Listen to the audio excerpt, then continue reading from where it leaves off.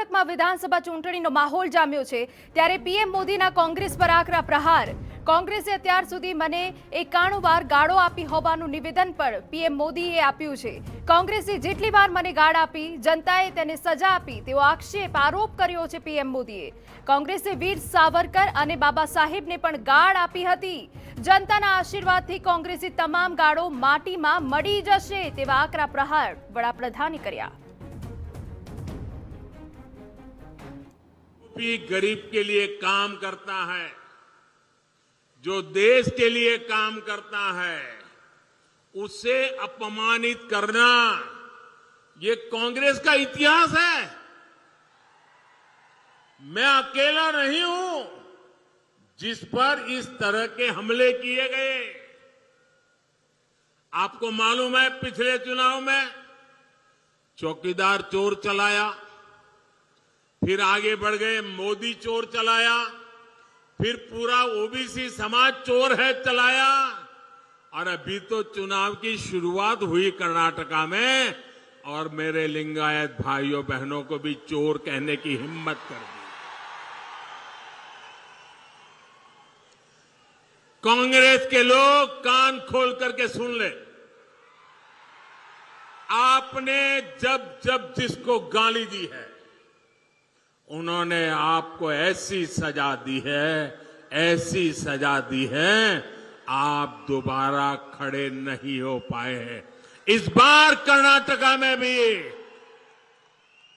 ये गाली का जवाब, इनके सम्मान पर जो चोट पहुंची है उसका जवाब वोट से दिया जाएगा, वोट से दिया जाएगा.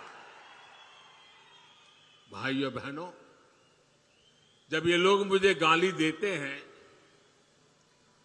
अब इतनी गालियां हो गई 91, और उनके टॉप मोस्ट नेता देते रहे, कोई ऐसे नहीं छोटे मोटे कार्यकर्ता नहीं. और तब मैं सोचता हूं कि भाई ये कांग्रेस ऐसी पार्टी है,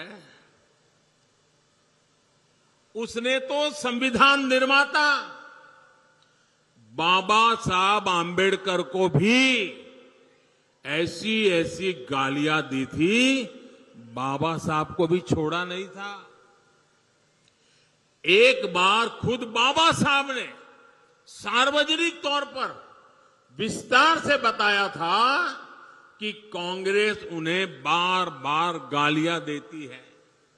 कांग्रेस ने बाबा साहब को क्या क्या नहीं कहा. कांग्रेस बाबा साहब को राक्षस, राष्ट्रद्रोही, दगाबाज दोस्त, आप सुनकर के हैरान हो जाएंगे.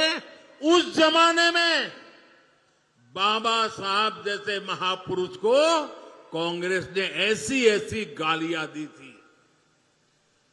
कितने ही अपमानजनक शब्दों से वो आए दिन बाबा साहब को अपमानित करते थे. आज भी हम लोग देखते हैं कि कांग्रेस कैसे वीर सावरकर जी को गालियां देती रहती है. कांग्रेस ने देश के जिन महान सपूतों को गालियां दी है, बड़े से बड़े महापुरुष उनकी गालियों के शिकार हुए हैं. और जब ये सब मैं देखता हूं तो मुझे लगता है चलिए कांग्रेस भी मुझे इतना उन लोगों की तरह सम्मान देती है